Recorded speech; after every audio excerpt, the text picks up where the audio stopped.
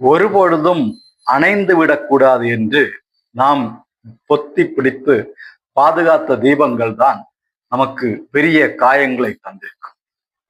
சில காயங்கள் மனதிலே பட்டால் அது சுகமானதாக இருக்கும்.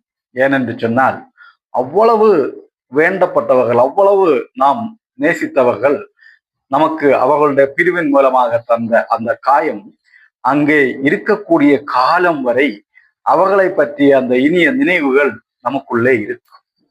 ஆகவே அந்த காயங்கள் சுகமானவையாகத்தான் இருக்கும். வலித்தாலும் அதுவும் ஒரு விதத்தில் சுகமே. ஏனென்று சொன்னால், அது நமக்கு மிகவும் பிரியமாக இருந்தவர்களை நமக்கு ஞாபகப்படுத்துகின்றது. தகுதி இல்லாத இடத்திலே, ஒரு தேவையில்லாத ஒரு மரக்கிளையிலே போய் அதிலே முளைத்து வந்த இத்தில் செடியை போல அதை பறித்து எறியும் பொழுது அந்த மரக்கொம்பிலே ஒரு அடையாளம் விழுவது போல, இங்கேயும் பறித்து எறியப்படும் பொழுது அந்த இதயத்திலே அந்த காயம் இருக்கும். சில காயங்கள் சாகும் வரை மாறவே மாறாது. அந்த காயம் என்றும் இருந்து கொண்டே இருக்கும், வலியும்.